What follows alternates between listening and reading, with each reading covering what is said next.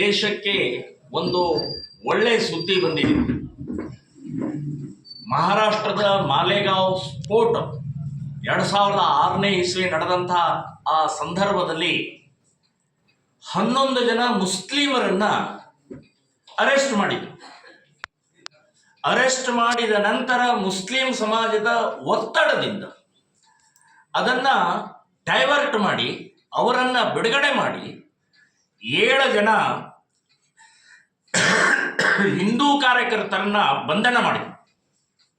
ಅದರಲ್ಲಿ ವಿಶೇಷವಾಗಿ kernel Purohit, central ಇದರಲ್ಲಿ ಮಿಲಿಟರಿಯಲ್ಲಿ ಇದ್ದಂಥ ಒಬ್ಬ ಇಂಟೆಲಿಜೆನ್ಸ್ ನಲ್ಲಿ ಇದ್ದಂಥ ಕರ್ನಲ್ ಪುರೋಹಿತನ ಅರೆಸ್ಟ್ ಮಾಡಿದ್ರು. ಅದರ ಜೊತೆಗೆ ಇಡೀ ದೇಶದಲ್ಲಿ ಒಂದು ಹೋರಾಟದ ಕೆಚ್ಚುಯನ್ನು ಎಬ್ಬಿಸಿದಂಥ ಮಹಿಳೆ ಸನ್ಯಾಸಿನಿ, ವೀರ ವನಿತೆಯ ಮಾದರಿಯಲ್ಲಿ ಇದ್ದಂಥ ಪ್ರಜ್ಞಾ ಸಿಂಗ್ ಠಾಕೂರನ್ನು ಅರೆಸ್ಟ್ ಮಾಡಿದರು.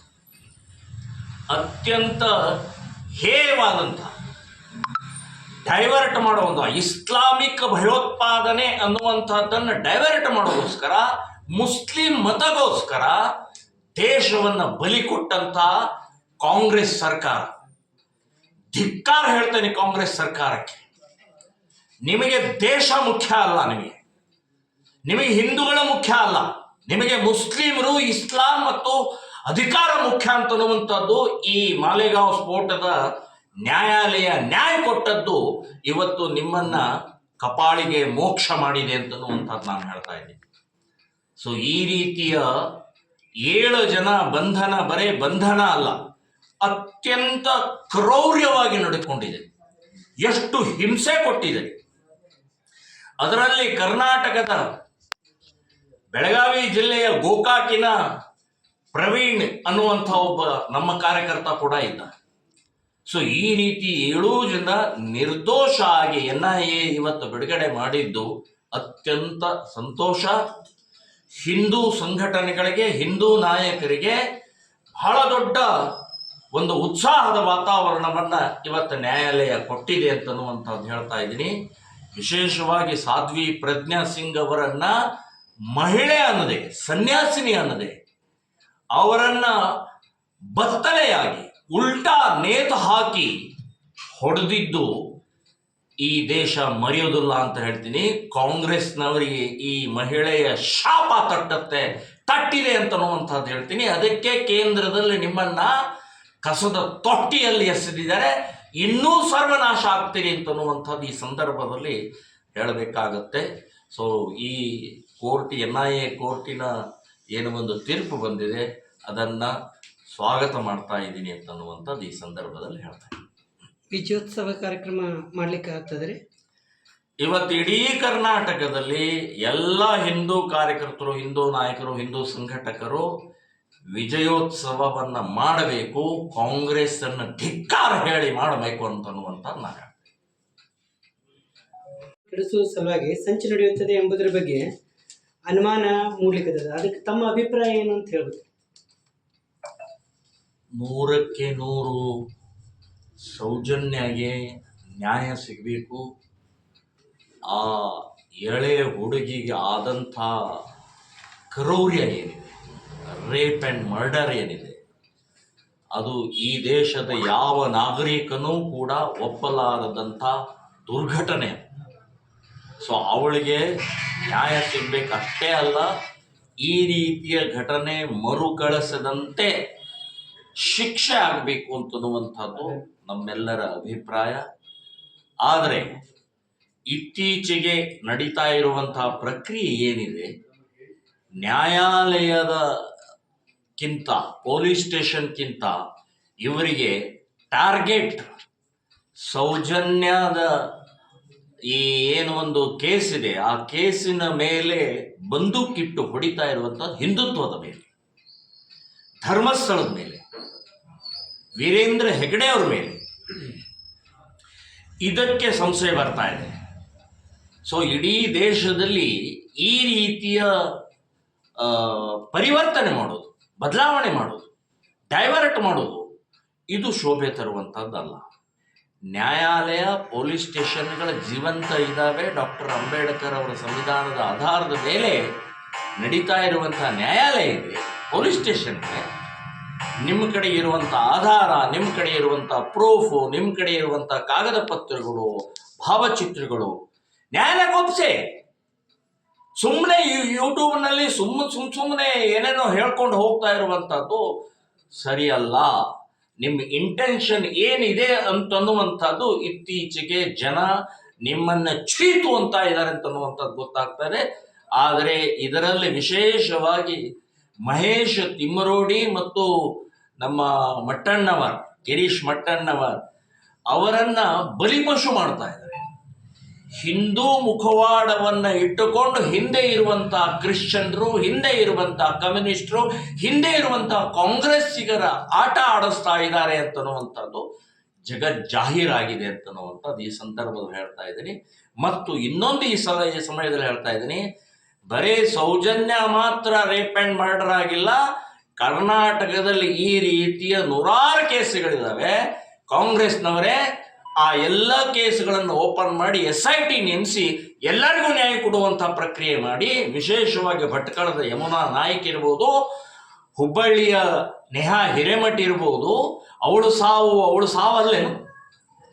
ಸೊ ಸೌಜನ್ಯ ಮಾದರಿಯಲ್ಲೇ ಇಲ್ಲೂ ಕೂಡ ನ್ಯಾಯ ಒದಗಿಸಬೇಕು. SIT ಎಲ್ಲರಿಗೂ ನ್ಯಾಯ ಕೊಡುವಂಥ ಪ್ರಕ್ರಿಯೆ ಆಗಬೇಕು ಅಂತನ್ನುವಂಥದ್ದು ಈ ಸಂದರ್ಭದಲ್ಲಿ. ರಾಜಕೀಯ ಪ್ರಶ್ನೆ ಇದು, ರಾಜಕೀಯದವರು ಉತ್ತರ ಕೊಡಬೇಕು. ಆದರೂ ನಾನು ಒಬ್ಬ ಈ ಕರ್ನಾಟಕದ ಒಂದು ನಾಗರಿಕನಾಗಿ ನಾನು ಹೇಳೋದೇನೆಂದರೆ, ಅಭಿವೃದ್ಧಿ ಅನ್ನುವಂತಹ ಪ್ರಕ್ರಿಯೆ ಗ್ಯಾರಂಟಿ ಏನು ಕೊಡ್ತಾ ಇದ್ದಾರೆ, ಇದರಿಂದ ಎಲ್ಲವೂ ನಿಂತು ಹೋಗಿದೆ ಅಂತನ್ನುವಂಥದ್ದು ಕಾಂಗ್ರೆಸ್ಸಿನ ಶಾಸಕರೇ, ಕಾಂಗ್ರೆಸ್ಸಿನ ಮಂತ್ರಿಗಳೇ ಮೇಲಿಂದ ಮೇಲೆ ಬೇರೆ ಬೇರೆ ರೀತಿಯ ಅವರು ವ್ಯಕ್ತಪಡಿಸ್ತಾ ಇದ್ದಾರೆ. ಆದರೆ ಇವತ್ತಿನ ಕಾಂಗ್ರೆಸ್ಸಿನ ಸರ್ಕಾರ ಭಂಡ ಸರ್ಕಾರ. ಇದು ಒಂದು ಜನ ಕೂಡ ಆ ಗ್ಯಾರಂಟಿಗಿಂತ 136 ಸೀಟು ಕೊಟ್ಟ ತಕ್ಷಣವೇ ಇವರಿಗೆ ಸೋಕ್ಕು ಬಂದ್ಬಿಟ್ಟಿದೆ. ನಮ್ಮನ್ನು ಬಿಟ್ಟರೆ ಇನ್ಯಾರಿಲ್ಲ, ಇಲ್ಲಿ ಯಾರೇನೂ ಮಾಡೋಕ್ಕಾಗೋಲ್ಲ ಅಂತನ್ನುವಂಥ ಸ್ಟೇಜಿಗೆ ಬಂದಿದ್ದಾರೆ. ನೀವು ರಸ್ತೆನೂ ಕೊಡಬೇಡಿ, ನೀರು ಕೊಡಬೇಡಿ, ಇನ್ನೇನು ಲೈಟು ಕೊಡಬೇಡಿ, ರೈತರಿಗೆ ಬೆಲೆನೂ ಕೊಡಬೇಡಿ. ಸೊ ಈ ರೀತಿಯ ಅಭಿವೃದ್ಧಿ ರಹಿತವಾದಂಥ ಭಂಡ ಸರ್ಕಾರ ಮುಂದಿನ ದಿನಗಳಲ್ಲಿ ಇದೇ ಗ್ಯಾರಂಟಿ ತಗೊಂಡಂಥ ಮಹಿಳೆಯರಿರ್ಬೋದು, ಇದೇ ಗ್ಯಾರಂಟಿ ತಗೊಂಡಂಥ ಮತದಾರರಿರ್ಬೋದು, ಇವರನ್ನ 100ಕ್ಕೆ 100 ಸೋಲಿಸ್ತಾರೆ ಅಂತನ್ನುವಂಥದ್ದು ನಿಶ್ಚಿತವಾಗಿ ನಾನು ಹೇಳ್ತೇನೆ. ಮತ್ತು ಇದು ರೀ, ಈಗ ಈ ಸರ್ಕಾರ ಬಂದ ಮೇಲೆ ಹಿಂದೂ ಕಾರ್ಯಕರ್ತರನ್ನ ಟಾರ್ಗೆಟ್ ಮಾಡ್ಲಿಕ್ಕತ್ತದ, ಇವರಿಗೆ ಹೆಚ್ಚು ಪ್ರೆಷರ್ ಕೊಟ್ಟು ಅವರಿಗೆ ಕಾಡ್ಲಿಕ್ಕತ್ತದ ಅಂತ ಹೇಳಿ ನಮ್ಮ ಅನುಮಾನ ಅದ. ನಿಮ್ಗೆ ತಮ್ಮ ಅಭಿಪ್ರಾಯ ರೀ? ಇವತ್ತಿನ ಮಾಲೆಗಾಂವ್ ಸ್ಫೋಟದ NIA ಕೊಟ್ಟಂಥ ಏನು ಆರ್ಡರ್ ಇದೆ, ಇದೇ ಸಾಕ್ಷಿ. ಮೊದಲಿನಿಂದಲೂ ಕೂಡ ಇವರು ಹುಟ್ಟಿದಾಗಿಂದ ಹಿಡಿದು ಹಿಂದೂಗಳನ್ನು 2ನೆಯ ದರ್ಜೆಯ ನಾಗರಿಕರನ್ನಾಗಿ ನಿರ್ಮಾಣ ಮಾಡಿದಂಥ ಕಾಂಗ್ರೆಸ್ಸು, ಇವರು ರಾಮ ಮಂದಿರ ಪರವಾಗಿ ನಿಂತ್ಕೊಳ್ಳಿಲ್ಲ, ಬಾಬರನ ಪರವಾಗಿ ನಿಂತ್ಕೊಳ್ಳಿಲ್ಲ, ರಾಮ ಸೇತುವೆ ಪರವಾಗಿ ನಿಂತ್ಕೊಳ್ಳಿಲ್ಲ, ಅದೊಂದು ಕಾಲ್ಪನಿಕ ಅಂತ ಹೇಳಿ ಅಫಿಡವಿಟ್ ಕೊಟ್ಟರು. ಇಂಥ ಅನಾಹುತ ಹಿಂದೂ ವಿರೋಧಿ ಕಾಂಗ್ರೆಸ್ಸು 2014 ನಂತರ ಪರಿವರ್ತನೆ ಆಗಿದೆ. ಆದರೆ ಕರ್ನಾಟಕದಲ್ಲಿ ಇವತ್ತು ಇರುವಂಥ ಕಾಂಗ್ರೆಸ್ ಸರ್ಕಾರ ನಾಸ್ತಿಕವಾದಿಗಳ ಕೈಯಲ್ಲಿದೆ, ಹಿಂದೂ ವಿರೋಧಿಗಳ ಕೈಯಲ್ಲಿದೆ. ಸೊ ಎಲ್ಲವನ್ನು ವ್ಯವಸ್ಥಿತವಾಗಿ ಹಿಂದೂಗಳನ್ನು ಟಾರ್ಚರ್ ಮಾಡುವಂಥದ್ದು, ಹಿಂದೂಗಳ ಮೇಲೆ ಗಡೀಪಾರು ಮಾಡುವಂಥದ್ದು, ಹಿಂದೂಗಳ ಮೇಲೆ ಕೇಸ್ ಹಾಕುವಂಥದ್ದು. ಇವತ್ತಿಗೂ ಕೂಡ ಗೋ ಹತ್ಯಾ ನಿಷೇಧ ಕಾನೂನಿದೆ, ಮತಾಂತರ ನಿಷೇಧ ಕಾನೂನಿದೆ. ಆದರೆ ಎರಡೂ ಕಾನೂನನ್ನು ಮುಚ್ಚಿಟ್ಟಿದ್ದಾರೆ. ಹೊರಗಡೆ ಓಪನ್ ಆಗಿ ಇವತ್ತು ಗೋಕಳ್ಳತನ ಆಗ್ತಾ ಇದೆ, ಗೋಮಾಂಸ ಸಪ್ಲೈ ಆಗ್ತಾ ಇದೆ.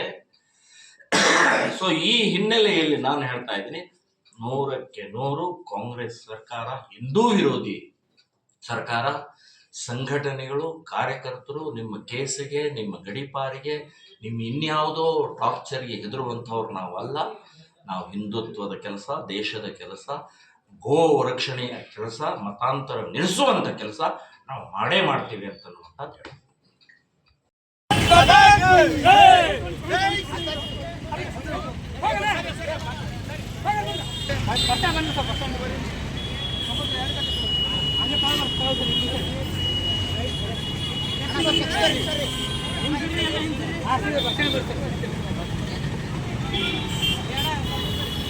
ಜೈ ಶ್ರೀರಾಮ್, ಜೈ ಶ್ರೀರಾಮ್, ಜೈ ಶ್ರೀರಾಮ್, ಜೈ ಶ್ರೀರಾಮ್.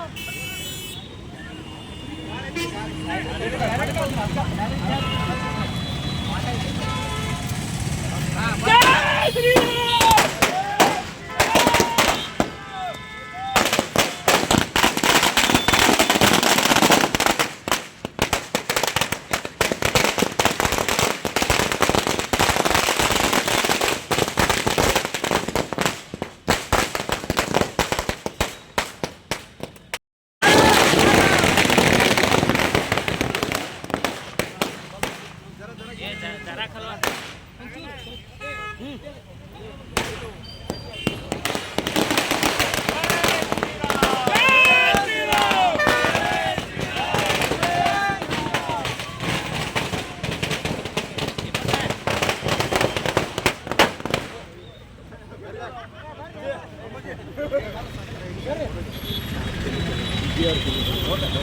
ಜೈ ಶ್ರೀರಾಮ್, ಜೈ ಶ್ರೀರಾಮ್. ಅವ್ರು